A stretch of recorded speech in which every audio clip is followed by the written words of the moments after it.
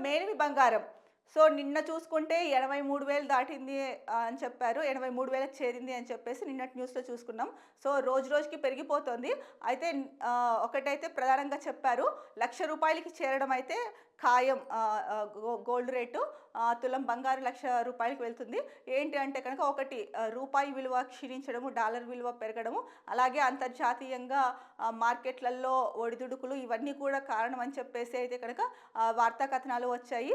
ఏది ఏమైనా బంగారు పెరగడంతో సామాన్య మధ్యతరగతి ప్రజలకు అంటే పేద మధ్యతరగతి ప్రజలకైతే కనుక ఇది అందని ద్రాక్షే అవుతుంది అనిపిస్తోంది. ఇలాగే పెరుగుకుంటూ వెళ్తే గోల్డు. ముఖ్యంగా పెళ్ళిళ్ళ సమయాల్లో మాత్రం చాలా ఇబ్బంది పడాల్సి వస్తుంది పేద మధ్యతరగతి ప్రజలు. మరి దీనిపైన అంటే ఎప్పుడు తగ్గుతుందా గోల్డు? ఎందుకంటే కనుక మనము కంపేర్ చేసుకుంటూ వస్తే కనుక ఒక్క ఒక్క సంవత్సరంలోనే దాదాపు దగ్గర దగ్గర రెట్టింపు శాతం పెరిగింది బంగారు రేటు.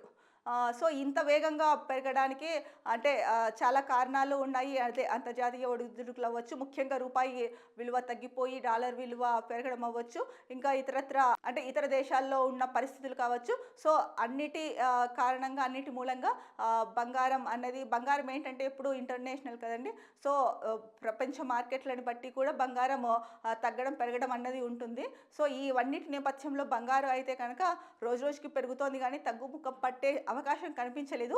ఇంకా ఏంటంటే తగ్గకపోగా రూ. 1,00,000కి వెళ్ళడం అయితే ఖాయం అని చెప్పేసి దానికి సంబంధించిన నిపుణులైతే చెప్తున్నారు.